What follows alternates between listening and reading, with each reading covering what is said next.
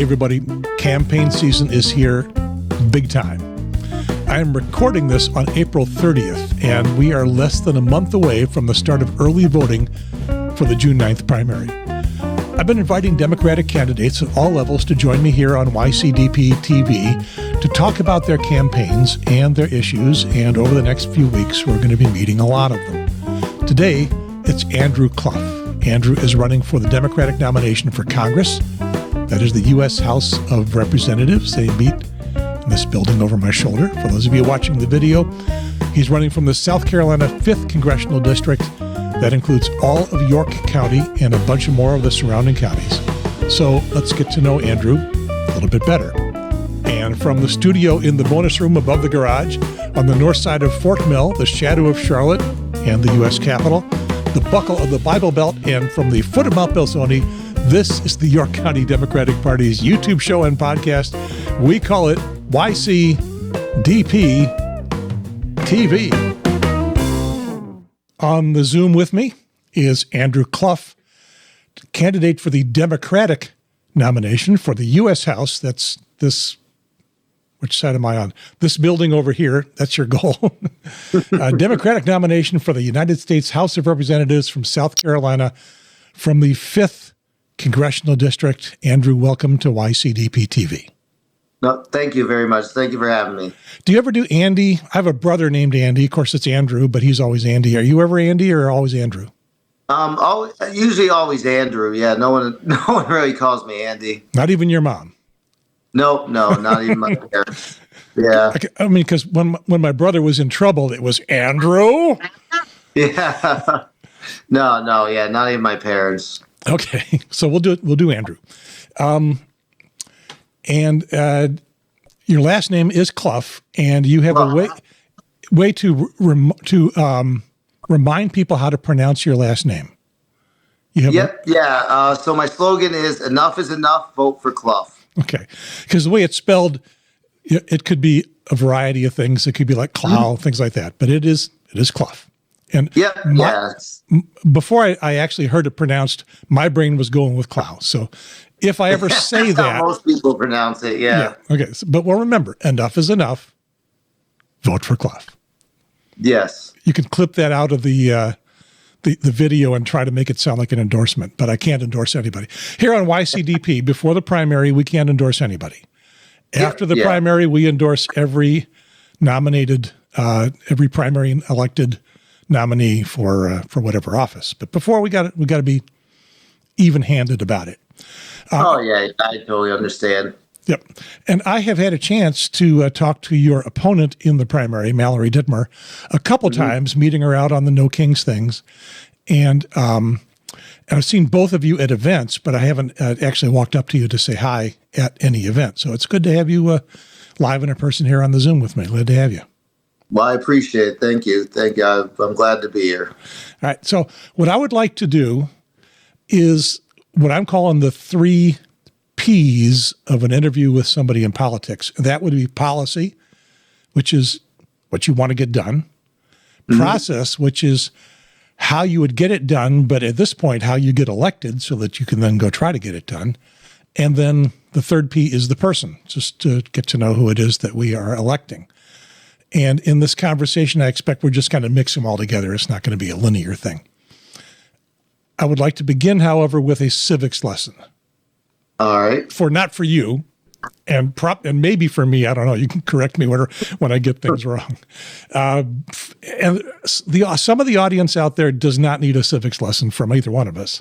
Some of them could take us to school, but some people,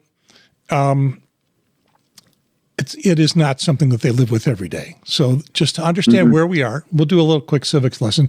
You are running for the United States House of Representatives, United States Congress. And where it gets confusing is we also have South Carolina representatives and senators at down in Columbia. But like I said, we're going for, I can never figure out which finger to put. That's the U.S. Capitol. I would put that behind you, but I don't have the technology to do that, so I'll put it behind me and right next to you.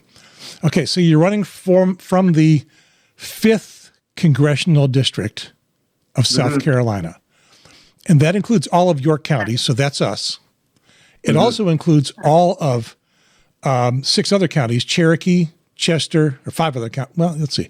Cherokee, Chester, Fairfield, Kershaw, Lancaster. I'm not sure how to pronounce Kershaw. Lancaster, I do know how to pronounce that. Lee and Union. All of those counties are in the 5th District. And then bits of Spartanburg and Sumter County are in the 5th Congressional District. So it's pretty big. And I happen to have a little map to give everybody an idea of just how big it is. The blue in there on the map here, for those of you that are watching video, we also do this as an audio podcast. For those of you that are looking at the video, that blue there is the 5th Congressional District. And there are a total of 7 congressional districts in South Carolina. There's going to be a quiz, everybody, so you can take notes. It'll be open book. There are 435 voting members in Congress. There's 6 non-voting, so you're trying to become one of 435. It's a big club, but it's a relatively exclusive club. Representatives are elected every 2 years, so the term is short. And in that term, it has been said that you start running for re-election from the day you are elected, maybe the day after you're elected, because you'll have a party. And most of that time is spent fundraising. And there are no term limits. Someone can be elected over and over till they die. And that is one of your issues, term limits, so which we'll talk about. The current incumbent is Ralph Norman. Ralph Norman is not running for re-election. He's running for governor. And you are actually in the primary for the Democratic Party's nominee. Your opponent in that primary is Mallory Dittmer. The Republican candidate is Wes Climer. Wes has no primary opposition, so he won't be in the primary at all. He goes straight to the general election. He collects $200. For those of you that are Monopoly fans, he collects far more than $200. He's raised close to $1 million so far. The primary election is June 9th. There will be 2 weeks of early voting. Absentee voting, which is what South Carolina calls mail-in voting, is going to be available for those who qualify. It is a little convoluted.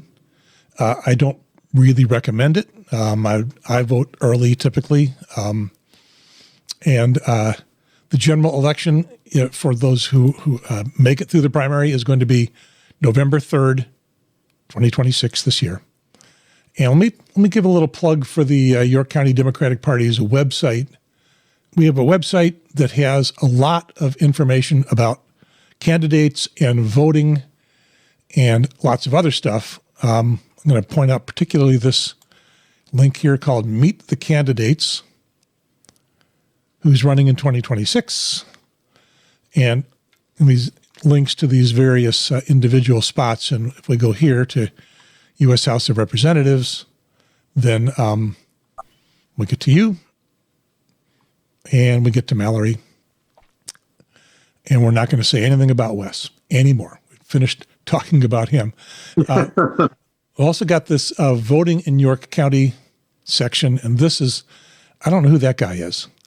Let me run a little, not a contest exactly, but if anybody wants to send me their picture to replace this, at some voting location in York County, holding up a "I voted" sticker or having it on your clothes or whatever, and whatever you think would do a good job of representing voting in York County, send me that picture, ycdptv@gmail.com.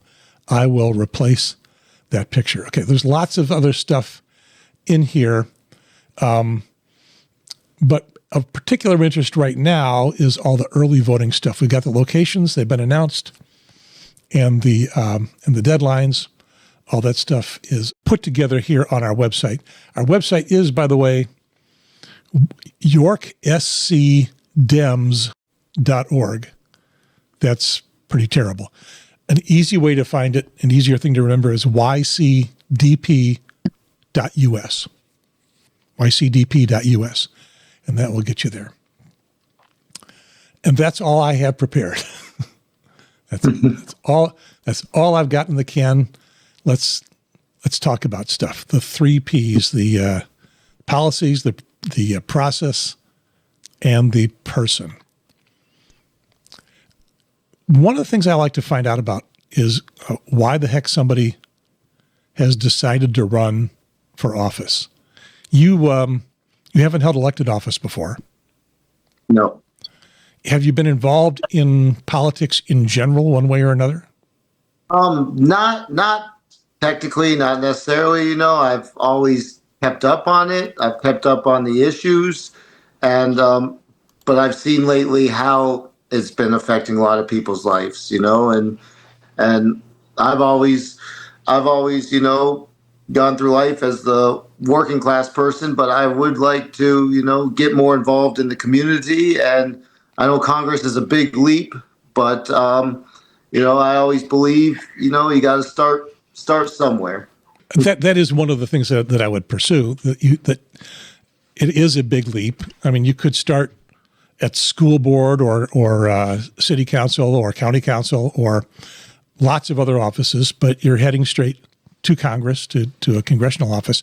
Now, the current president, whose name I will also not mention because it kind of sticks in my throat whenever I try, never held elected office before, was not particularly involved in politics before, and he went from zero to president. So yeah, going from zero to Congress is I mean, it's a big step, but it's not totally unusual. Other Congress people have done it. Mm-hmm. But how did you decide that's where you wanted to go? That's what you wanted to do first? Well, I did a lot of research. I looked at the map, and and as Congress is usually the first line that passes bills and votes, and a lot of issues are important to my life, which we'll get into as you learn more. But I decided that's a good place to step to fix a lot of the issues that I feel need to be fixed and that I would like to work on for the American people and the people of the 5th District. Okay. So obviously each level of government handles a different set of issues. So the ones you want to tackle, yes, Congress is the place you want to go. All right. Yeah. You have local issues, state level issues, and then you have the federal issues, which are different than more local issues. Okay. This is from your website. This is your priority. I think I counted that there were 7 of them. There's tax relief and fairness, jobs and wages, healthcare that works for us, public education, immigration, democracy and representation, and I'm counting 8 now, infrastructure and community investment and term limits that I had mentioned a little bit before. Is there one of those you want to hit right away? Yeah, I'm going to hit probably the inflation cost, there's 2. My top issues are inflation and immigration, which I'll tell you why immigration is important to me in a minute. But the inflation first, with the outrageous gas prices and grocery prices. When people promise that they're going to lower prices on day one and haven't done it, in fact, gas is getting outrageous. It used to cost me $30 to fill up my car. I drive an economy car. Now it's $50 with this war and tariffs, which we need to stop the tariffs. But for the oil prices, this country's the number 1 country when it comes to oil distribution. We have the most oil out of any country. But the problem is we haven't opened a new refinery since 1977 because of red tape. And instead of selling it overseas, our oil, and buying it back more expensive, we really need to have infrastructure here and set up our own, reserves and lessen gas prices in oil, along with the food companies. Farmers are getting hurt, not making as much. And the consumer's paying more because of the big company distributors. So I'm sort of the candidate who is going more towards after big businesses. It's like David and Goliath, I like to think of, because I'm the little guy, stepping up to the big corporations. But it's hurting working families and the consumers as well. Is that just a general platform that you will then go pursue once you're elected, or do you have ideas on crafting a bill or bills that you've seen that would specifically handle that? Ideas on expanding them, for example, the distribution. And there have been bills and laws passed in the past to make it more competitive. So one company cannot monopolize on things. For example, the meat industry.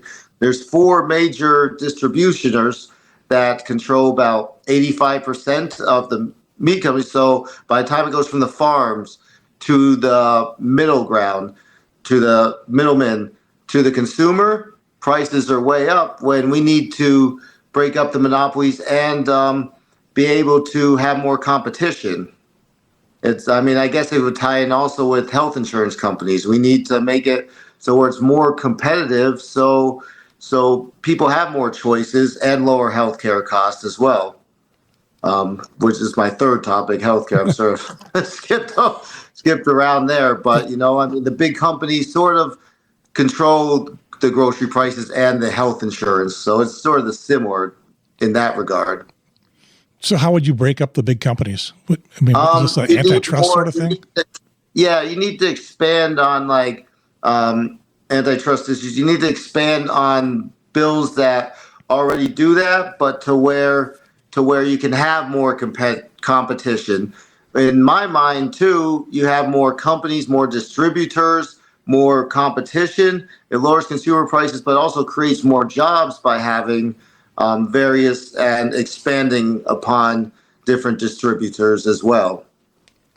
Now, your job, you work for an airline over at the at Charlotte Airport, right? Yes, sir. Yep. Yeah. How much do you want to say about what you actually do for a living? I don't mind saying everything. I'm a union member, as well as I work on the ramp. I basically load, offload planes, work in the bag room, so putting luggage on planes, pushing them out. So I work on the ground operations at the airport. And I do live in Rock Hill, so I've lived here in the district for a few years with my wife. And it's a commute culture, I guess you could say, because a lot of people who live in Rock Hill, live in Fort Mill, live in Indian Land, they commute for work in Charlotte, but live down here in South Carolina when you have a state border, I guess, communities like that. And that's what's makes our district so interesting is you have the suburban communities, but then you also have a lot of the rural communities too. So it's sort of 2 different type of communities that you're trying to help here. I want to get a secret from you. How do you get to the airport from Rock Hill without fighting I-77? Or can you? Well, one thing, my shift starts so early, so I really don't have to worry about traffic. I usually start at 5:30 in the morning. I double up a lot of my shifts so I can have more days off the campaign. So when I do a double, I have to be there at 5:30 or sometimes 6:30. So I'm usually on the road early, and then I get off work not till like 11:30 at night when I do doubles. So really, I'm not sitting in heavy traffic there. I'm not. I have never gone up and down 77 without hitting traffic someplace, but usually it's going to be a little farther but north. They have been doing a lot of construction. I will say that. I know there's still continuous construction up through Fort Mill on 77. So we need to speed that up as well. But infrastructure, we do need better infrastructure, and there is some federal money that comes for infrastructure, but a lot of that's local issues as well. Like fixing the roads. And South Carolina, we know, is notorious for the road conditions. It is, but if you're running for Congress, there is money that comes from the federal government for doing that, but how it gets spent is decided locally. I think. Yeah, it's mostly local. That's a local issue. Same with public education's more how it's spent locally, as well as law enforcement. So there are some local issues that are important, but like I said, you're right. It is more through Columbia than D.C. with how that money's spent. Which brings to mind a familiar phrase that people are saying is no longer true. All politics is local. Yeah. Is it anymore? Or are we all so focused on this big national divide that local politics is now national politics? Yeah, I don't really think that politics is local anymore. I mean, it does start from the ground up, and that's why I tell people it is very important to vote in your local elections, starting with city council and mayor, and to that level, to county council, up through the state level to federal, because it all builds a ladder, and it's all equally as important. But right now, with all the focus on federal and all the issues going on with certain things that like ICE and high prices, which are federal levels, it's really gotten all the media attention, I guess you could say. Yeah, and it's always hard to get people to refocus their attention on if we're having trouble with people understanding what a congressional office is. When you get to a state level office, nobody knows what that is, and nobody knows who's in it. Should we move on to talk about immigration? That's your oh yes. So 2? Immigration is a subject that is high on my list. My wife is an immigrant from Mexico. She's been here 25 years, still working on the system. She's been going to court cases. I mean, and she's been here 25 years. She's raised 4 wonderful children here. One's even in the United States Army, based out of Fort Jackson here in South Carolina. And yet there is a chance that I could lose her because of a broken system. Not because she's a bad person. She's never, committed a crime over here in her life. She's goes to church every Sunday, to her Catholic church, St. Anne's, right here in Rock Hill. And she's been part of the Rock Hill community for 25 years. So she's pretty much a South Carolina native, I guess you could say. He's from Mexico. This was the place she settled. But because of a decision 25 years ago, due to unforeseen circumstances, there's still a chance. I mean, she's got to go through the system. And when it comes to immigration, you see people running around terrorizing people. People forget that under the Obama administration, more people were deported, but he used due process. He did it the right way, and he actually went after the bad element. Because we can all agree, we want secure borders. We don't want criminals in this country. And we want the good, hardworking people here as well. So we need to expand K-1 visas. A lot of our agricultural is worked by immigrants. A lot of these are jobs that Americans don't want, and yet the immigrant community will do them, and that keeps our vegetables and produce down. But the fact is, we have to fix the system so we can create a good system of immigrants. Because remember, this country is founded on immigrants. My first ancestor came over in 1635, 15 years after the Pilgrims, on the ship Queen Elizabeth, John Clough. And, I'm sure back then the natives who were here were like, what are these people doing in our lands? But you know what? They built this country. I've had family members fight in every war, from the Revolutionary War all the way up through both world wars. So my family's been invested in this country, and I feel like it's time for me to step up. It's time for me to do something, invest, and fix a broken system. We need more immigration judges. We need to fix the backlogs, better systems to keep the cartels out and the bad people out, instead of a bunch of masked men running around communities terrorizing people. If they were doing the right thing and doing due process and getting the criminals out here, I'd be all for supporting ICE, because they are trying to go after criminals, but they're not going after the worst of the worst when they're deporting grandmas who've been here for 20 plus years and have done nothing but try to work hard. My wife even pays taxes. She owns a couple properties here. One she rents out, and she pays property taxes on her property. She pays taxes to the government because she does have a work visa, but she's going through the process, and she contributes. She contributes better than most people I know. So I always tell people, tell me one time that you've been such a goody two-shoes that you've never done anything wrong in your life, and yet when they want to harp on people crossing the border illegally, trying to make a better life for themselves because of unforeseen circumstances and a broken system. We've all made mistakes in our life, but it's like those who live in glass houses should not throw stones. So your wife has a work visa, so she's here legally. Yes, she has a work visa. We're going through the process. Is she attempting to get citizenship? She's attempting her residency. She still needs her residency first. And like her ex-husband got his residency, but they came over together, so that doesn't make sense to me. But it just shows you where the system is broken. You go through one department, but she has been going to the judge and everything. And basically, he just wants proof she's been here 10 long years. And I think I'm feeling pretty confident in it. But as someone who's going through the system along with her and the best person I've ever known, it's like she deserves it. She's nothing but a hard worker and a good person. So she's been here 25 years. It sounds like they're looking for 10 years of established residency, and I haven't not delved into the immigration process at all. It sounds like it is pretty difficult. Oh, it is. I mean, it is because they look at your past history, like if crossing the border illegally, basically 25 years ago. But it's just a system that needs to be fixed all around, because when someone is trying to do it the right way, and we all want people to do it the right way, people can't afford to wait 2, 3, 4 years for a process over there. I mean, if I was in the same situation, I'd want to do anything and a better life for my family.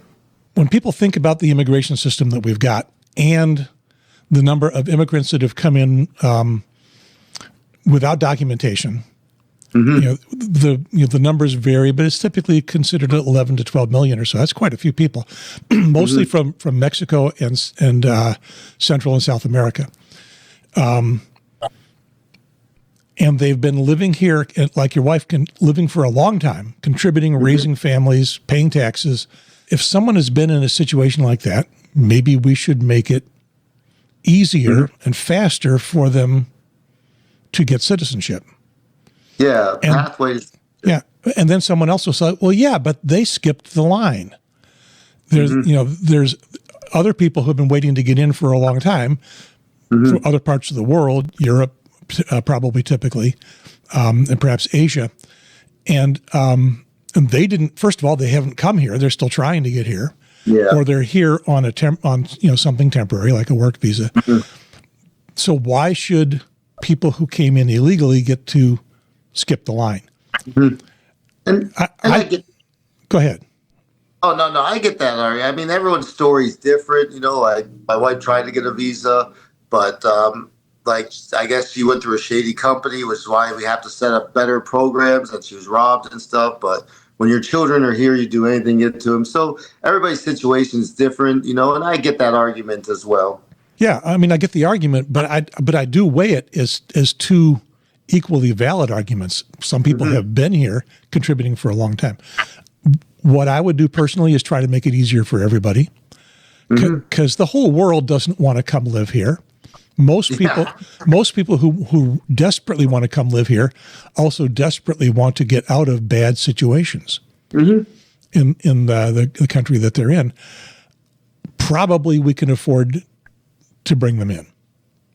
And if the right wing wants to say they're murderers and rapists and they're all coming from mental institutions, and we look across the land and say, no, they're taking jobs, often jobs at low wages we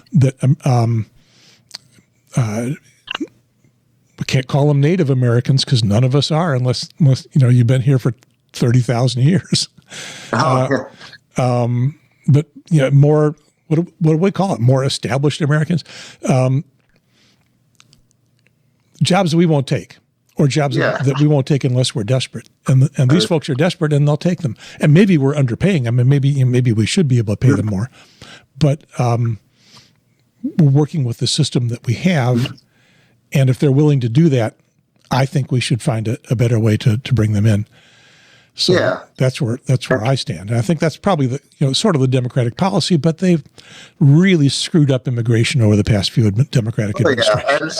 And believe it or not, I can't believe I'm going to be saying this, but it was a Republican president, George W. Bush, that actually had a good immigration policy that would be considered more moderate, and more left, to where he tried to put pathway to citizenship for people who've been here for a long time, well securing the borders. Unfortunately, he didn't pass the House, but it was actually a pretty good immigration policy that he tried to pass. Yeah.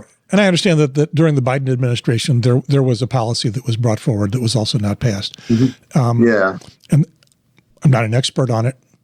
It wasn't a total solution. It was just a Band-Aid, but it was a better step than what we've got now. Yeah. And I know what we've got now is horrible. Well, yeah.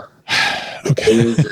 We need, and like I said, we go all, and that's where foreign policy also comes in, like expanded helping so we can take out the cartels and the gangs, because those are really the root of the problems, human trafficking, drugs, we need to stop that. Yes, but we need to work with other countries to where we can stop that, not alienating ourselves from our allies.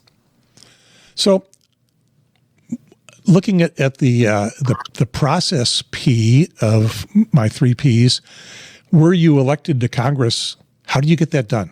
As a freshman of 435, freshmen come in and rarely make much of a splash. I can think of one, maybe 2. Like AOC made a bit of a splash, and then really started working within the system. How do you see coming in as a freshman congressperson and actually getting things done?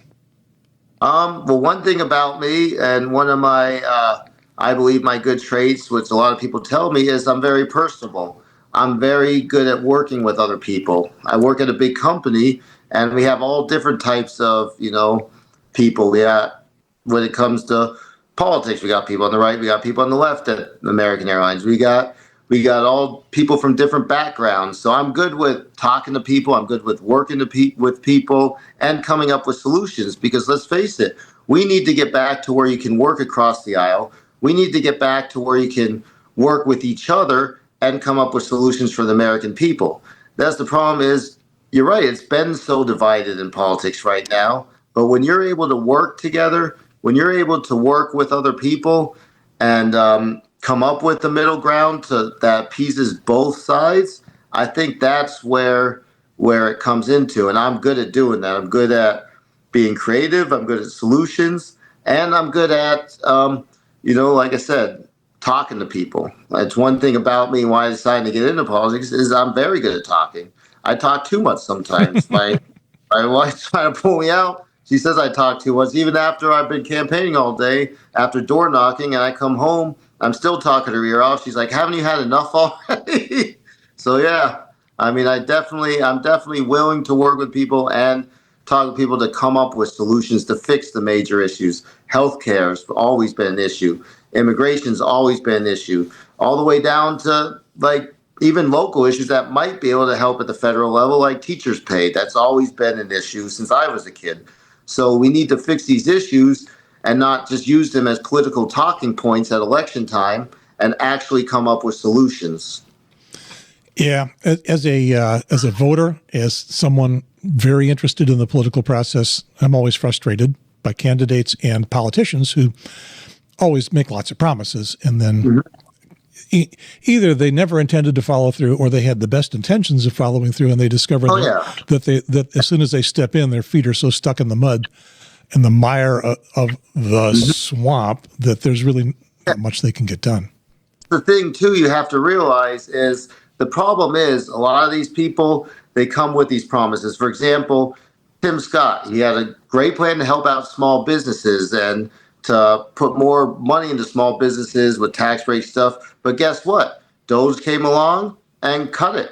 And, and he didn't stand up or say anything. The problem is there's no backbone or spine in Congress. You need someone who will stand up for the American people. You need somebody with a backbone and a spine who's not afraid to. I'm just a little guy who works at the airport. But guess what? I got a bigger mouth than most of these people up there, and I'm not afraid to stand up for the American people. They always say the pen is mightier than the sword. That's why I always believe we need to stop the political violence and instead come up with going after him politically with the pen and policy. Have you ever spent much time on YouTube or any of the video services that show congressional committee debates? Not necessarily the ones that are the high profile ones where we are grilling an administration. character trying to, get confirmed or whatever, or doing some of the oversight. But the ones that are, debating just, kind of mid to low level policy, trying to work through bills. Do you spend much time looking at that? Yeah, I do, because, it is a learning experience for me, for someone who's never held a political position. And you have to study and learn. And I'm good at doing research. I'm good at, learning. And that's one of the things my parents are very influential in my life. My dad's a doctor as well, so I have a little knowledge on healthcare, but it's always good to educate yourself and learn. Like, I love history. I love studying history. So, and I study past political history, past administrations, and I love to learn. So it is, you have to watch, you have to learn, and you have to educate yourself in order to do the job for the American people. You can't just say, I live the life, which I understand. A lot of people are like, well, how are you going to help me? Everybody wants lower prices, but how are you going to do it? And so it's all about coming up with solutions. It's all about learning, researching, and educating yourself, and willing to learn and listen. Especially in the district here, I believe you have to be ears in the district and a voice in D.C. If you're elected, it's a 2-year term. And then, like I said, everyone starts running for re-election for a while. Well, first of all, you would like to see term limits. How long? I believe for Congress, no more. It's same as the presidency. No more than 8 years in Congress. Senate's longer because it's 6 years, I believe, for senator. Yeah, 6 years. So it should be only 2 terms for Senate. And so that for Congress, it'd be 4 terms because 2 years, and 2 terms for Senate. But yeah, I believe in term limits. Plus, I'm also a firm believer, if you want to, be better in yourself and be a leader, you should always be inspired to move up, aspire to move to different positions, aspire to try different things. Plus, when I'm in my 60s, I'd like to be retired. I'd like to spend time with my family. It's great to want to work and stuff, but I think a lot of these people are doing it for the wrong reasons. They're holding on to power so they can make more money because, like I said, they always get their palms greased. They're corruptible. I'm incorruptible. I don't care about the money, power, fame. I haven't raised that much, to be honest with you, because I've been more focused on meeting people and knocking doors, because that's what you're supposed to do. And I also believe there should be a cap on how much money spent on elections. Elon Musk spent $250 million to get Trump elected. So that's just one rich guy getting another rich guy elected when he could have done a lot better with that money. He could have helped people with that money. It just makes no sense to me. We need to stop the insider trading in Congress. I'm comfortable being working class. That's my station in life. But guess what? I also want to be able to help and make changes that will contribute to society and help people, because that's how big my heart is. I'm tired of seeing people hurt. I'm tired of seeing what's going on in our country. And that's why, people need to take examples from dogs, I always say, because dogs have a great heart. They're loyal. They love you no matter what. They come home. You could scold them for doing something bad, but they still love you in the end, and they're the first one to greet you. And that's how people should be. We get away from that. Yep. Okay, so if you get elected, you're making a congressional salary is $180,000 or so, something like that. $175,000. Yeah. I believe. So maybe a little bit more than what you're making right now, but your expenses go way up because you got to have someplace to live up in DC. A little bit too far to commute from this area. Yeah. And that becomes a full-time job. You ready to leave your job? Yeah. The good thing about my job is if I get elected, I can take a leave of absence from my job, but I'm willing to do my service. I'm ready to, step up and help people. But I know I always have a job to come back to, when I'm done serving the American people. Is your wife on board with all this? Oh yeah, she's very supportive. She's even, she works in Chester, which is in our district, and she a big warehouse down there. So she's been telling people, that, and people are very supportive. She actually came up with the ideas to get my logo and slogan on pens. and she's going to give them out to people down at work and stuff like that. And I'm getting my yard signs made up, so I'll have them with my slogan around town. Probably about, I'm waiting 30 days out till the primary election.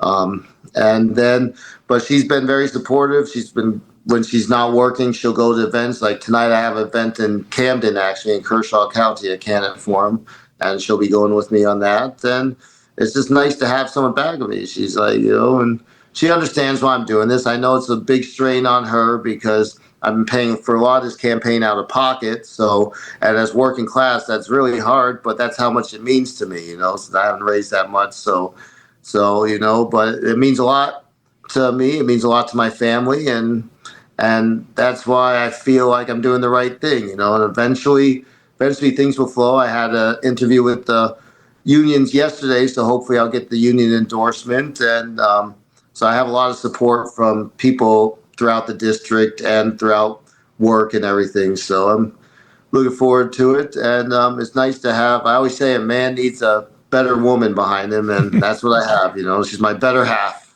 So let's talk about the campaigning a little bit. Some of the process. I'd like to go back to. I asked why you had decided to run, and you're looking at the issues, things like that led you to decide this. But I mean, we all make big decisions in our lives about what things to do, what school to go to, what career to try to go into, to try to find a life partner and get married, or another form of being with someone, or to not be with someone. And some people have some very unusual decisions to make, like do they want to stay the gender that they were, when they were born, or are they called to something else? So the decision to run for Congress is not one most of us contemplate. How long did you think about it, and what did you go through besides saying, I need to do something? What did you go through in making that decision and actually taking the steps to make it happen?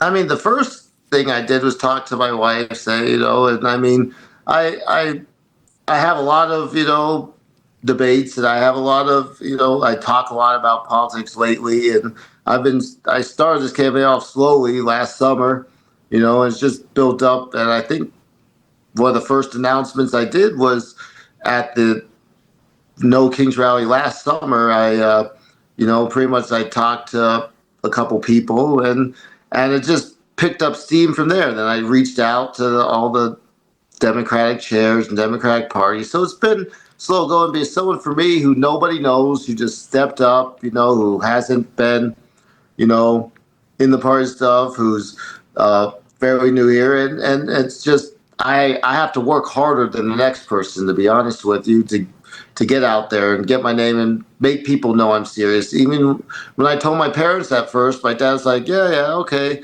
that good, and now they see I'm serious, because a lot of people, I know people say they're going to do something and say they're going to step up. I've even heard from other people that say they're impressed with me because I've stuck with it. Because a lot of people come and go, they'll end up coming in and then see how much work it is and stop doing it. But you know what? When I start something, I make sure to complete it. And I tell you one thing, I may not be the most experienced, but I'll be the hardest worker in this campaign, because when I'm not working at the airport, I'm out there on the campaign trail, whether filming content. I majored in film and theater, so I'm good at editing, and I do a lot of it on my own because, but that's what you have to do when you believe in something, and I'm not.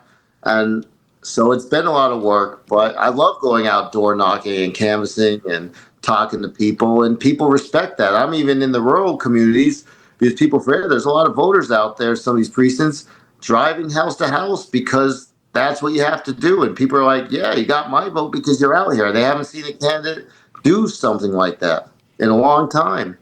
Once you got there on the campaign trail, what surprised you? What did you expect, and how did things actually work out? I was surprised, for one, how big the district is, And I guess that's one of the reasons why one of my top issues is gas prices, because I know how much gas I'm going through as I drive throughout the district. Do you get to write it off as a campaign expense of some kind? Yeah, you put it down, and I put gas in the FEC report, anything used based on the campaign. And I did put, like I took a loan on myself, because you have to put everything down. So all the money I've spent, out of my own pocket plus the little money I've raised. But so you do get to write it off as well for gas because it is part of the campaign. But like I said, I like it. I enjoy it. So that's one of the things I find fun about is I like making content. I like traveling, because there's a lot of beautiful places in this district. I don't know if people have had a chance to go out there. I mean, you've got Chester State Park, you've got Water State Park, you got a lot of beautiful lakes. I mean, it is pretty and stuff. And so I'll just put on my 80s music, which I've been listening to a lot, and just cruise down the road, I got some creative videos coming up too. I'm working on, some movie parody ideas and stuff, because to get more creative and get more, show the young voters, and as I expand my TikTok and things like that. You said you'd done some media production? Well, I majored in film and in college. I went to college at a small liberal arts college, Goucher College, outside of Baltimore. So I'm used to, and doing editing and stuff. Editing's a lot easier back than when I went to school, though. I'll tell you that now with CapCut and all the programs they have for it. My career since 1973 has been video editing.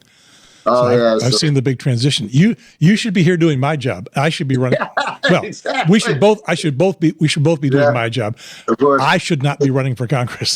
That's for sure. Of course. Now I work at the airport, so that shows college how much.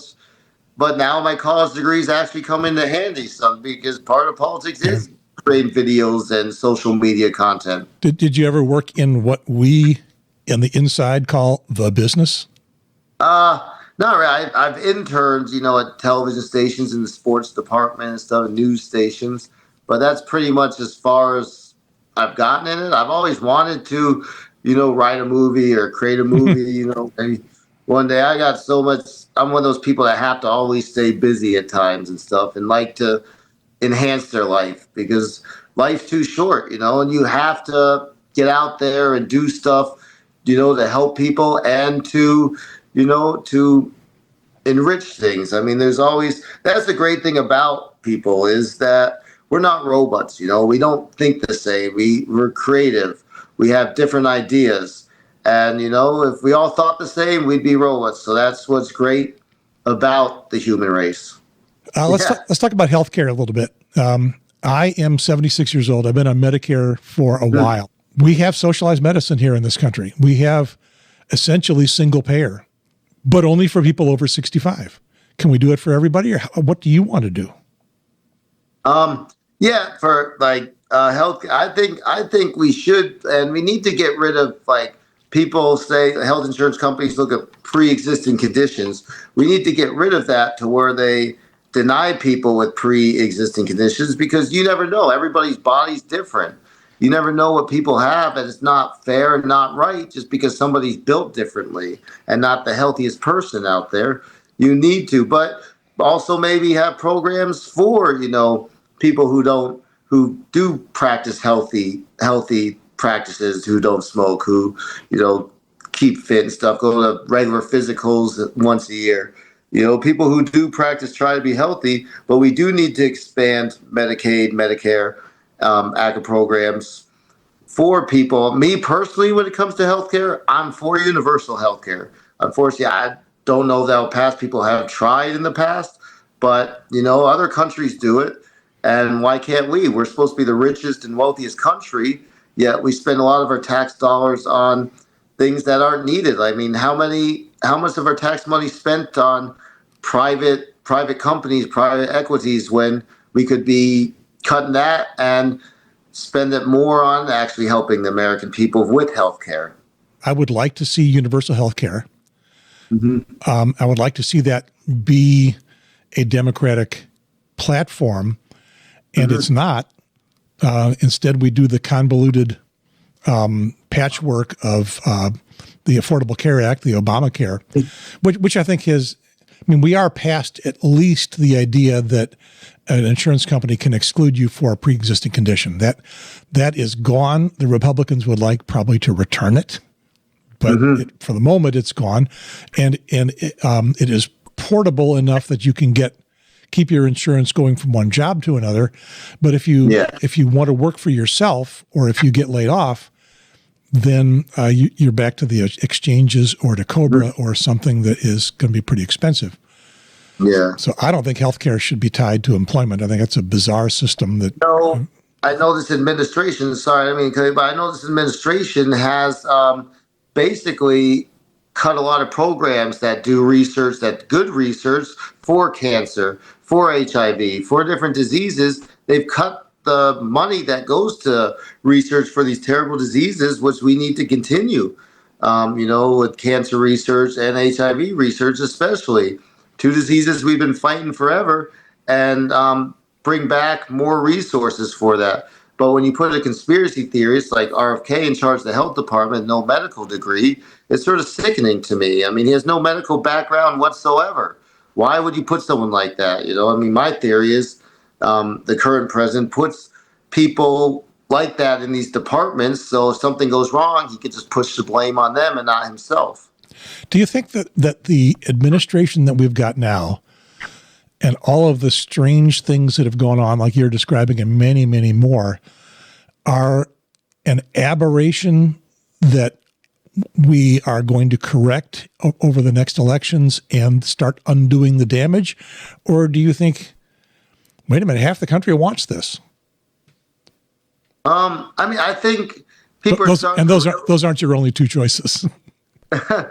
Well, I think people are starting to realize, and you see a lot of people that did vote for him this last election who are regretting it. Me personally, I vote for Kamala because after seeing the first term, I'm like, I can't support this man, especially all the stuff he's mixed up in, all the skeletons, I don't, and what's going on here with what he's done in his life, so I can't support someone like that, but it is baffling how many people do, but it's just I'm afraid to turn on the news because you don't know what you're going to see next. You don't know what next crazy thing. I mean, he's starting to lose his base. I mean, you see people like Marjorie Taylor Greene, and probably his biggest supporter in Congress, turn on him because she finally got her eyes open. People like Tucker Carlson, Candace Owens, all these people, Joe Rogan, all these people that were in his corner are turning on. He's losing his base.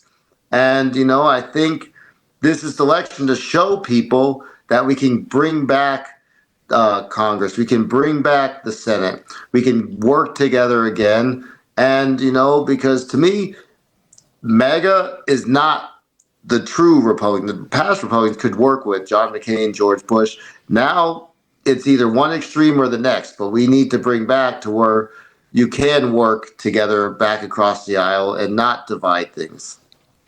People, and I will lump the entire population of America into one little package called people, say they don't like politics and they don't like politicians and they don't like Congress and they don't like the administration and they don't like the whole thing and we should burn it all down and start over. Mm-hmm. Until we talk about your representatives. And well, maybe if you're a Democrat and you live in South Carolina District 5 for Congress, you don't like our representative. You don't like Ralph Norman, but you like the Democratic representatives that we have, the few here in South Carolina that we have actually elected. Those guys are fine. It's all the other guys. But in every place you go, it's all the other guys I don't like. My guy is fine. So how does that work? I mean, I think it's all about showing up too. Like, for example, our current representative, Ralph Norman, I've talked to people in other counties outside of York that are in our district as I try to branch out and reach as many counties as I can, because you got to show up all over the place, saying Ralph Norman's never even been down there. He's never been in the community. I have a plan to change all that. A representative is supposed to be in the community. We have 8 full counties, 2 partial counties in our district. And I plan If elected, to go every other month, be on this weekend. I'll be in this county, easy accessible, and have a town hall here. I plan to rotate it. There's about 4 weekends in a month. So, you can say, like, the first weekend of this month, I'll be here, second weekend here, and so forth. So every other month, you're on a rotation and you're actually accessible because you're supposed to be a representative and, to the constituents in your district and actually listen to them. You're not supposed to have your own total agenda. Sure, you want to do things that help people and you have your own ideas as well, but you also have to listen to the people and see what's affecting them. Especially, that's why I said our district's so unique with the fact that it's partially suburban and partially rural. So you have two different types of communities that you are fighting for. And by the way, I mean, we're here in York County. This is the YCDP, the York County Democratic Party, so a YouTube show. But you wave hi to the folks all around the rest of the 5th District that I hope will tune in and get a chance to to know you a little bit better with relatively informal conversation, as much as it can be on Zoom when one guy's got the U.S. Capitol over his shoulder. What's next in your campaign? You're traveling around the district. People could be watching this. I mean, today is April 30th. People could be watching this, tomorrow. Probably have it up on YouTube tomorrow on May 1st, or they could be watching it on June 1st. But I guess we might as well go with hopefully people watching it early rather than later. Where are you going to be and what you going to do? Well, tonight at 6, I'll be in Camden, South Carolina. There's a candidate forum there with a bunch of other candidates tonight down there. So we'll be in Kershaw County. Tomorrow, Friday, I'll be mainly out filming content and around, but I plan on doing some canvassing in Chester tomorrow evening, where I've been trying to put everything on a rotation. Then Saturday's a full canvassing day, so I'll be in Sumter, plus Lee County, and various different precincts. And then on Sunday, I'll be at 2 churches in Fairfield County, and Sunday after that, in the afternoon, I'll plan to do some canvassing with a group in Fort Mill. So I'll be pretty busy through the weekend, and then I'm back at work Monday. I usually work beginning of the week and try to have 4 days off near the end to do work on the campaign. Yeah, you said you pulled the double shifts so you could get a few extra days. Yeah, that way. And at work, I'm lucky enough to where I do have downtime breaks. So I'll try to film my content and I'll edit together at work and post and stuff like that. So you got to really manage your time when it comes to your schedule when you have a busy life. Plus, you got to find time to sleep and for your de-stressor activities. Mine's going to the gym, which actually I was at earlier today before this interview. That's why I'm in my gym clothes now. But you have to find that de-stressor, that hobby, to unwind as well from your busy schedule. Yeah, I did want an informal interview, so it's good.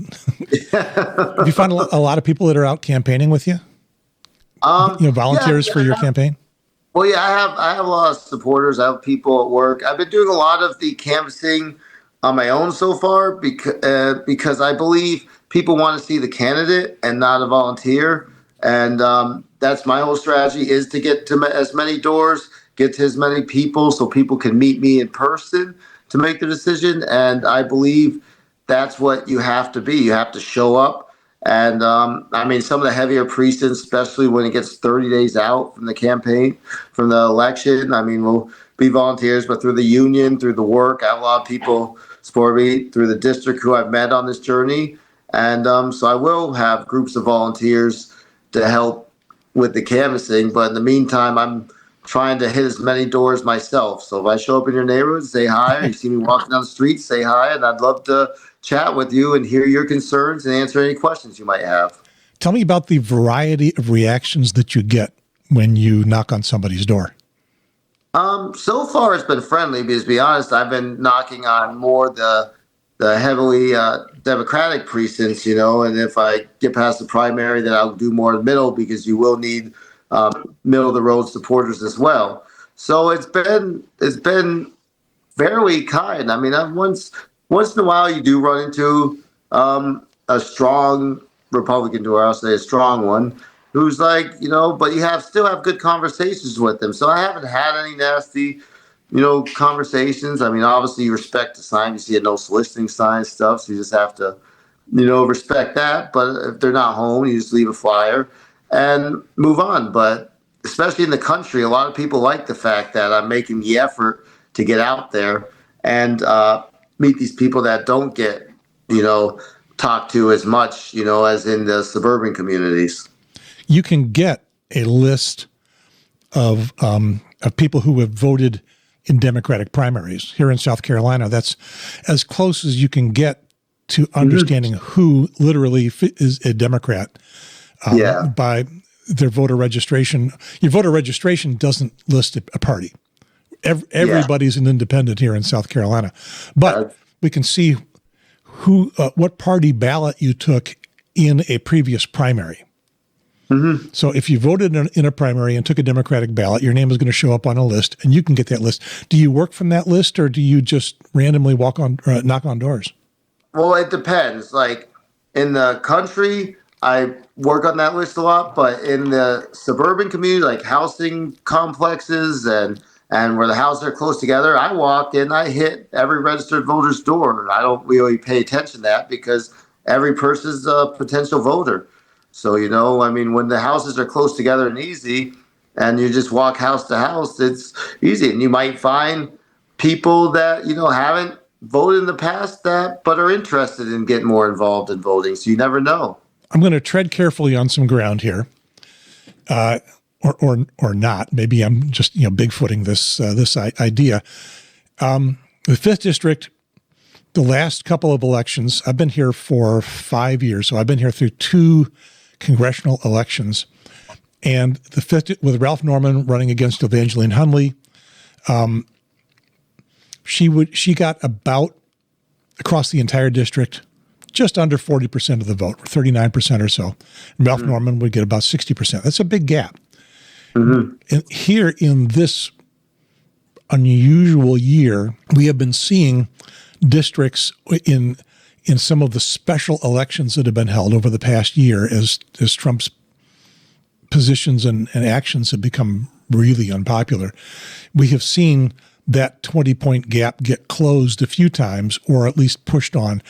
How do you feel about that, looking at what has been a 20-point gap, and wow, how do you overcome that? Am I bigfooting this issue? No. I feel it's possible because remember, John Spratt held the district till 2011. And then the first time Ralph Norman ran against Archie Parnell, Archie Parnell only lost by 3,000 votes the first time. So it is possible, to close the gap and to win this district. You just have to get people out to vote. There's more people here than realize it who are, do support this side of the cause. But it's just getting people out to the polls. It's engaging people that every vote matters. Every vote counts. And so it is important to get out there. And that's what I'm good at, talking to people and engaging people and, just trying to get them out to vote. I talked to one pastor at a church in Chester, and he said he's already registered like 80 people to vote. So he's big in doing that as well. So it's just, getting the people and making them realize this is their future, especially the young voters. I mean, the young voters, people who it's first time voting. I actually have my wife's daughter. It's her first time voting. She's 21. She just registered a couple days ago. So this will be her first election. So, I mean, it's just getting people, registered. The way I've been looking at it, each party has a base. Their base in almost everywhere is not enough to get people elected. In South Carolina, the Republican base is almost enough to get their candidates elected almost everywhere. In other states, the Democratic base is almost enough to get their candidates elected. Nationally, neither base is nearly close enough to get their candidates elected. So there's people in the middle. the way I'm thinking about those people in the middle is mostly they're disengaged. It's not that they don't have an idea what to do. It's just that they're the folks that, I don't care about politics. I don't want to know. I don't want to watch the news.